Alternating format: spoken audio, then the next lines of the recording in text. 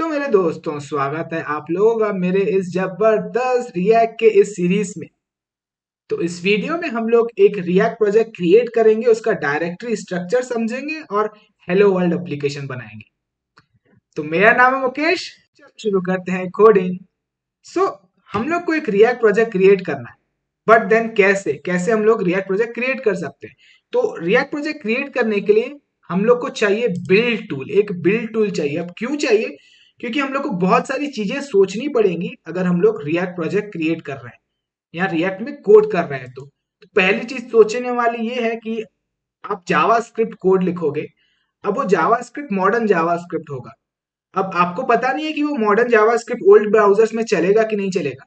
तो build tool आपको help करता है उस लेटेस्ट जावा स्क्रिप्ट कोड को कंपेटेबल जावा स्क्रिप्ट में कन्वर्ट करने के लिए, ताकि वो ओल्ड ब्राउजर्स में भी चल सके। इसके अलावा आप अपने रिएक्ट में आप अपने जावा स्क्रिप्ट फाइल में सीएसएस और सैस को इंपोर्ट करते हो, आप इमेजेस को इंपोर्ट करते हो। इन सब फाइल को कैसे लोड किया जाए या प्रोसेस किया जाए, वो उसमें बिल्ड टूल आपकी हेल्प करता है। अब आपका जो आपका पूरा एप्लीकेशन है, उसको आपने अलग अलग फाइल्स में ब्रेक डाउन किया हुआ है, राइट। सो आपके सारे फाइल्स को बंडल करके at the end of the day वो आपको एक एचटीएमएल और एक सिंपल जावास्क्रिप्ट फाइल देता है, मिनीफाइड जावास्क्रिप्ट फाइल देता है, और आपके अनयूज्ड कोड को भी रिमूव करता है। इसके अलावा रिएक्ट में आप JSX यूज करते हो। अब जो JSX है वो ब्राउजर को थोड़ी समझ आता है, तो JSX को ब्राउजर अंडरस्टैंडेबल कोड में भी कन्वर्ट करने में आपकी हेल्प करता है। तो ये सारी चीजें आपको मैन्युअली कॉन्फ़िगर ना करनी पड़े, इसीलिए आप लोग एक बिल्ड टूल का यूज करते हो। इसलिए हम लोग को एक बिल्ड टूल की जरूरत है। तो हम लोग यूज करेंगे वीट या वाइट, जैसे भी आप इसको प्रोनाउंस करो, एज अवर बिल्ड टूल। अब बहुत सारे बिल्ड टूल ऑप्शंस हैं हमारे पास, वेब पैक है, पार्सल है, बट वीट उन सबसे बेटर है, क्योंकि वीट का जो डेवलपमेंट सर्वर है बहुत ही ज्यादा फास्ट अप एंड रन होगा और आपका डेवलपमेंट एक्सपीरियंस स्मूदर रहेगा। तो चलो क्रिएट करते हैं वीट का यूज करके रिएक्ट प्रोजेक्ट। अब जो सारी चीजें मैंने आप लोग को वीट के बारे में बताई, वो वीट सारी चीजें अकेले नहीं कर सकता। वीट भी जो है इंटरनली कुछ पैकेजेस की हेल्प लेता है, जैसे कि Rollup as a module bundler Vite use करता है। उसके अलावा JSX कोड को ब्राउजर अंडरस्टैंडेबल कोड में कन्वर्ट करने के लिए वीट ES बिल्ड का यूज करता है। ऑलराइट, सो या ओके, सो कैसे क्रिएट करना है प्रोजेक्ट, हम लोग यूज करेंगे npm का। अच्छा, अब ये जो npm है, उसके लिए आपके सिस्टम पे नोड जेएस इंस्टॉल होना चाहिए। तो अगर आपके सिस्टम पे नोड जेएस इंस्टॉल नहीं है तो आप लोग इंस्टॉल कर सकते हो stable version. And node JS install करोगे तो npm जो है नोड जेएस के साथ आता है। तो npm एक टूल है जिसका यूज करके हम लोग पैकेजेस इंस्टॉल कर सकते हैं। ऑलराइट, तो npm stands for node package manager. But actually में ना, हम डेवलपर्स लोगों ने इसका फुल फॉर्म दे दिया है नोड पैकेज मैनेजर। अगर आप इसकी वेबसाइट पे जाओगे npm की, तो यहाँ पे कहीं पे भी आपको दिखेगा नहीं कि npm stands for node package manager और यहाँ पे आप देखोगे तो हमेशा कुछ अलग नाम दिखाएगा, npm stands for non productive Monday. And अब हर बारी आपको कुछ अलग अलग नाम मिलेगा npm का it's actually npm doesn't stands for node package manager. But हम डेवलपर्स लोगों ने, क्योंकि पैकेजेस इंस्टॉल करते हैं हम लोग npm का यूज करके, इसलिए हम लोगों ने उसका नोड पैकेज मैनेजर नाम दे दिया npm का। बट देन वो एक्चुअली में है नहीं आप लोग देख रहे हो हर बारी वेबसाइट पे अलग अलग नाम जनरेट हो रहा है npm का, नैनो, पिको, माइक्रो, पता नहीं क्या क्या okay, anyways, let's back to our topic, let's get back to our topic.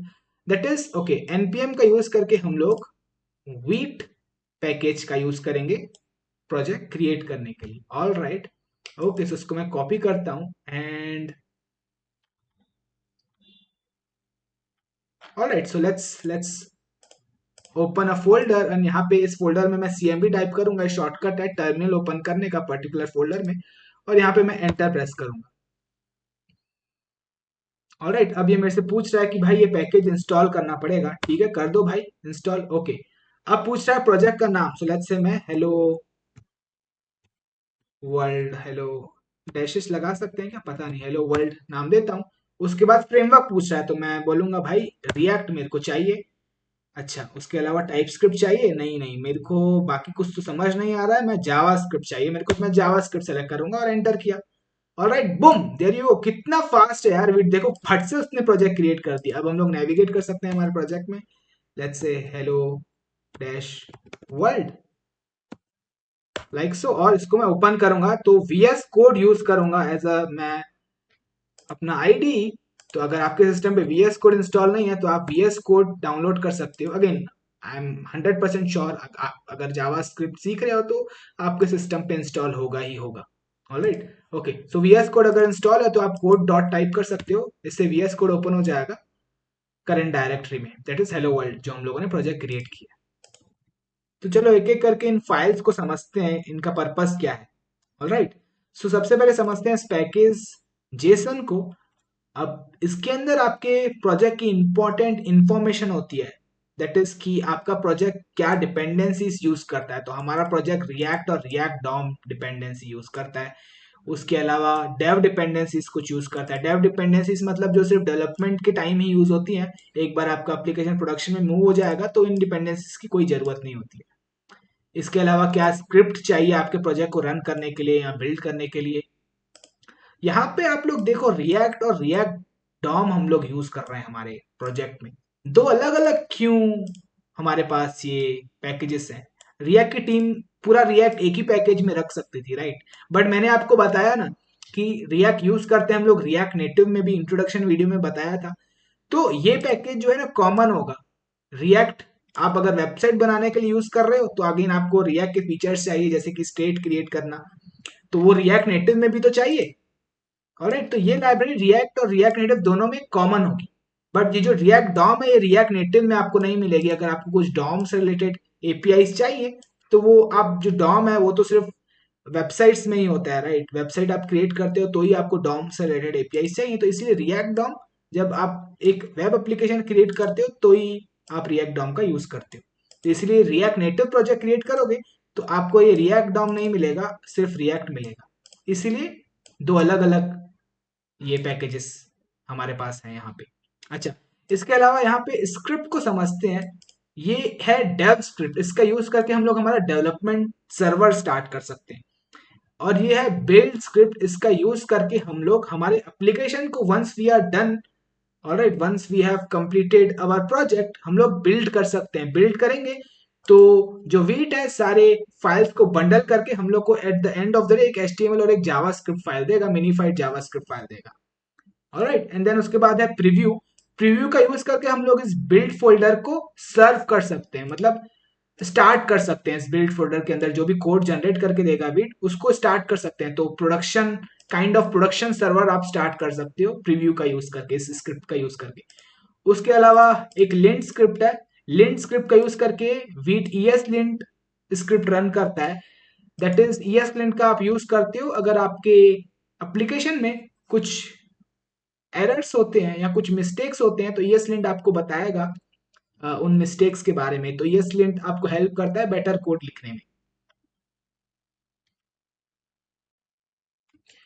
इसके अलावा हमारे पास है वीट कन्फिग।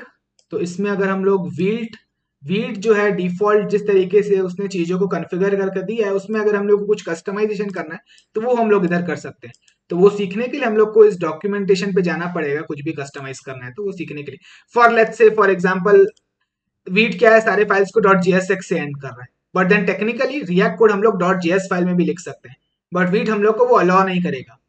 राइट, तो अगर हम लोग को इस बिहेवियर को कस्टमाइज करना है तो हम लोग को इसके अंदर लिखना पड़ेगा। अगेन वो डॉक्यूमेंटेशन पे सीखना पड़ेगा कैसे करना है। ओके, इसके अलावा एक रीडमी फाइल है, इसमें आप अपने प्रोजेक्ट का इंट्रोडक्शन लिख सकते हो कि प्रोजेक्ट क्या है, आपका प्रोजेक्ट एग्जैक्टली क्या करता है, कैसे स्टार्ट करना है, क्या चीजें यूज करता है, like that. Simple markdown file है ये। उसके अलावा हमारे पास एक गिट इग्नोर है। अगर आप अपने एप्लीकेशन को पुश करते हो कहीं पे भी, रिमोट सर्वर पे या लेट्स से गिटहब पे, तो कुछ फाइल्स जो है पुश नहीं होनी चाहिए। तो इसके अंदर लेट्स से नोड मॉड्यूल्स रखा हुआ है, तो हम लोग थोड़ी देर में अपनी डिपेंडेंसीज इंस्टॉल करेंगे। ऑलराइट, तो सारे डिपेंडेंसीज जो इंस्टॉल होते हैं वो इस नोड मॉड्यूल्स फोल्डर के अंदर होते हैं। और ये फोल्डर बहुत बड़ा फोल्डर होता है, इसको हम लोग को कहीं पे भी पुश नहीं करना होता है। क्यों पुश नहीं करना होता है? क्योंकि ये फोल्डर हम लोग जनरेट कर सकते हैं। ऑलराइट, हमारा जो एप्लीकेशन है क्या डिपेंडेंसीज यूज करता है वो तो हम लोग को ऑलरेडी पता है, तो हम लोग को नोड मॉड्यूल्स फोल्डर पुश नहीं करना होता है, तो इसलिए वो फोल्डर यहाँ पे लिस्टेड डाउन है। Alright, okay. और कुछ सेंसिटिव इन्फॉर्मेशन अगर आपको पुश नहीं करनी है तो वो आप फाइल को इस गिट इग्नोर में डाल सकते हो। अच्छा, इसके अलावा एक ईएस लिंट से रिलेटेड फाइल है, अगर आप ईएस लिंट में कुछ कस्टमाइज करना चाहते हो तो वो आप इसके अंदर कर सकते हो। अगेन उसके लिए भी हम लोग को डॉक्यूमेंटेशन देखना पड़ेगा, तो मोस्ट ऑफ द केसेस में इन फाइल्स को हम लोग टच नहीं करते हैं। सबसे इंपॉर्टेंट फाइल जो है ये सोर्स है। ऑलराइट, एक बार एप्लीकेशन स्टार्ट करूंगा तो उसके बाद मैं आपको पब्लिक फोल्डर एक्सप्लेन करता हूँ और package dot log file generate होगी उसको उसको एक्सप्लेन करूंगा। सोर्स के अंदर मेन हमारा सोर्स कोड है और मोस्ट ऑफ द टाइम इसी के अंदर हम लोग काम करेंगे। तो इसके अंदर आप लोग देखोगे कि हमारे पास है app.jsx, तो इसके अंदर हमारा मेन सोर्स कोड है।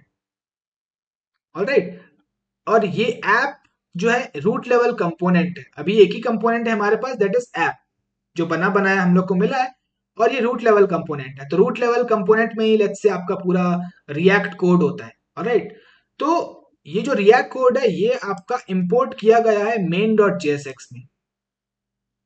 ऑलराइट, एंड देन फाइनली जो आपका पूरा रिएक्ट कोड है दैट इज app.jsx में रखा हुआ है। कुछ एपीआई यूज हो रहे हैं, फॉर एग्जांपल रिएक्ट डॉम से क्रिएट रूट एपीआई का यूज करके रिएक्ट या वीट बोलना चाहिए, वीट आपके पूरे रिएक्ट एप्लीकेशन को एक रूट एलिमेंट में इंजेक्ट कर रहा है। तो आपके पूरे रिएक्ट एप्लीकेशन को रूट करके एक एलिमेंट है, वो एलिमेंट आपको मिलेगा इस index.html में। आप देखो यहाँ पे एक आईडी करके हम लोगों ने आईडी दी हुई है रूट, एंड हम लोग document dot gate element by ID से यूज करके इस div को गेट कर रहे हैं, और आपका पूरा रिएक्ट कोड इसके अंदर इंजेक्ट हो रहा है। ऑलराइट, इस div के अंदर रेंडर हो रहा है। ऑलराइट, एंड ये स्ट्रिक्ट मोड में रेंडर हो रहा है। ऑलराइट, तो रिएक्ट एप्लीकेशन को हम लोग स्ट्रिक्ट मोड में रेंडर कर रहे हैं। इसके बारे में एक इंपॉर्टेंट चीज आपको पता होनी चाहिए, कई बार आप लोग जब अपना एप्लीकेशन रन करोगे तो कुछ चीजें दो बार रेंडर होगी, तो स्ट्रिक्ट मोड चीजों को दो बार रेंडर करते जस्ट टू मेक श्योर कि आपके एप्लीकेशन में कोई अनएक्सपेक्टेड एरर नहीं है। तो अगर आप चाहते हो कि जो चीज दो बार रेंडर हुई है वो ना हो, तो आप इसको कमेंट कर सकते हो, ऐसे ऐसे कमेंट कर दो फिलहाल के लिए। Alright, yes. सो आने वाले वीडियोस में ये सारी चीजें हम लोग सीखेंगे, बट देन कैसे रिएक्ट प्रोजेक्ट आर्किटेक्ट किया हुआ है वो मैं आप लोग को थोड़ा सा अभी एक्सप्लेन कर रहा हूँ। ओके, तो ये एक इंपॉर्टेंट फाइल है, यहाँ ये एक मेन फाइल है जहाँ पे हमारा पूरा रिएक्ट कोड रेंडर हो रहा है ब्राउजर पे। अच्छा, इसके अलावा कुछ CSS फाइल्स हैं, एंड उसके अलावा index.css है। अगेन CSS फाइल्स में स्टाइलिंग लिखी हुई है, इसमें उतना कुछ समझने वाला नहीं है। उसके अलावा एसिड्स है हमारे पास। ओके, अब क्या करेंगे, हम लोग स्टार्ट करते हैं हमारा डेव सर्वर। ओके, सो उसके लिए हम लोग को सबसे पहले डिपेंडेंसीज इंस्टॉल करनी पड़ेंगी। ऑलराइट, तो मैं यहाँ पे टाइप करूंगा npm इंस्टॉल। अब जैसे ही मैं npm इंस्टॉल टाइप करूंगा, npm क्या करेगा, जाएगा पैकेज डॉट जेसन में और देखेगा क्या डिपेंडेंसीज है। तो उसको ये दो डिपेंडेंसी चाहिए और डेव डिपेंडेंसी भी चाहिए, डिपेंडेंसीज भी चाहिए, क्योंकि हम लोग फिलहाल डेवलपमेंट कर रहे हैं। सारी डिपेंडेंसीज इंस्टॉल करेगा और नोड मॉड्यूल्स फोल्डर जनरेट करेगा। तो मैं npm इंस्टॉल टाइप करूंगा और एंटर करता हूं, और कुछ सेकंड वेट करेंगे अब हम लोग।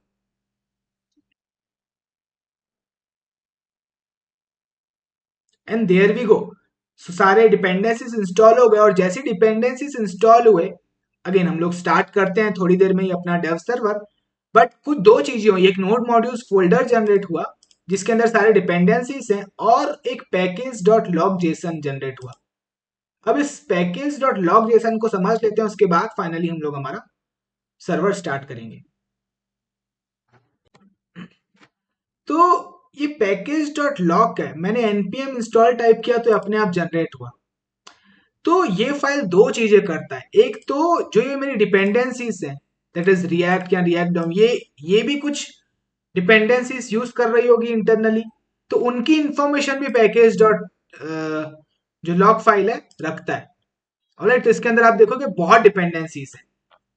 ऑलराइट, क्योंकि इसमें हमारे पास डेव डिपेंडेंसीज भी है, इनकी भी इंफॉर्मेशन है, और ये डिपेंडेंसीज भी किसी डिपेंडेंसीज को यूज कर रही होगी, तो सारी इंफॉर्मेशन इसके अंदर रखी हुई है। ऑलराइट, एंड दूसरी जो इंपॉर्टेंट चीज है वो समझने वाली ये है कि लेट्स से कल को आप अपने प्रोजेक्ट को पुश करते हो और लॉग फाइल इंक्लूड नहीं करते हो, आप गिटहब पे पुश करते हो, और आपका फ्रेंड आपके प्रोजेक्ट को क्लोन करता है। ओके, और आपने लॉग फाइल पुश नहीं किया है, तो क्या होगा, आपका फ्रेंड अगर npm इंस्टॉल टाइप करेगा, ओके, तो यहाँ पे क्योंकि हम लोगों ने कैरेट लिखा हुआ है, यहाँ पे इसको बोलते हैं कैरेट सिंबल ऑटोमेटिकली आपके माइनर और पैच वर्जन को अपग्रेड कर सकता है। तो इसको 18 को बोलेंगे मेजर और माइनर, और ये है पैच, तो ये मेजर माइनर और पैच, क्योंकि हम लोगों ने कैरेट डाला हुआ है तो एनपीएम आपके माइनर और पैच वर्जन को ऑटोमेटिकली अपग्रेड कर देगा अगर नया अपग्रेड अवेलेबल होगा। लेट्स से कल को 18.3 आता है तो ऑटोमेटिकली 18.3 आप एनपीएम इंस्टॉल करोगे तो वो अपग्रेड कर देगा अगर लॉक फाइल नहीं है तो आपके फ्रेंड के सिस्टम पे अगर 18.3 जब वो npm इंस्टॉल टाइप करेगा और 18.3 अवेलेबल होता है तो 18.3 उसके सिस्टम पे इंस्टॉल हो जाएगा। बट देन npm यहाँ पे मेंशन नहीं करेगा कि आपका प्रोजेक्ट में 18.3 इंस्टॉल हुआ है, वो मेंशन करेगा लॉग फाइल के अंदर। अगर आप लॉग फाइल के अंदर सर्च करोगे नोड मॉड्यूल स्लैश रिएक्ट और यहाँ पे जो वर्जन लिखा है दैट इज ये एग्जैक्ट वर्जन है जो आपका प्रोजेक्ट यूज कर रहा है। ऑलराइट, आपका फ्रेंड अगर यहाँ पे देखेगा तो उसको 18.3 दिखेगा। तो पैकेज डॉट लॉक है, ये एग्जैक्ट वर्जन्स का ट्रैक करता है कि आपके प्रोजेक्ट में एग्जैक्ट डिपेंडेंसीज के क्या वर्जन यूज हो रहे हैं, क्योंकि एनपीएम इंस्टॉल अपग्रेड कर सकता है इन वर्जन्स को। मेजर वर्जन को कभी अपग्रेड नहीं करेगा ऑटोमेटिकली, ये माइनर और पैच वर्जन को अपग्रेड करेगा अगर यहाँ पे कैरेट डाला है आपने। तो अगर यहाँ पे आप टिल्डे डालते हो, कैरेट की जगह टिल्डे सिंबल होता है, तो सिर्फ ये पैच वर्जन को अपग्रेड करेगा automatically NPM, but default caret डाला हुआ है। ओके, ये थोड़ा हम लोगों ने समझा, अब समझते हैं पब्लिक फाइल बचा हुआ है बस समझना। तो अब हम लोग आते हैं, इसके अंदर हमारा सोर्स कोड है, राइट, हम लोग हमारा स्टार्ट करते हैं डेव सर्वर। तो उसके लिए आप टाइप कर सकते हैं npm स्टार्ट एंड स्क्रिप्ट का नाम, तो स्क्रिप्ट का नाम है डेव सर्वर स्टार्ट करने के लिए। एंड ओके, npm स्टार्ट नहीं, npm run, my bad, npm run and then script का नाम npm रन डेव। एंड इससे आप अब कंट्रोल क्लिक कर सकते हो तो आपकी वेबसाइट, यहाँ पे आपको अपना प्रोजेक्ट दिखेगा, दैट इज ये है हमारा होम पेज, ब्यूटीफुल सा होम पेज। ओके, एंड ये कोड रखा हुआ है app.js के अंदर।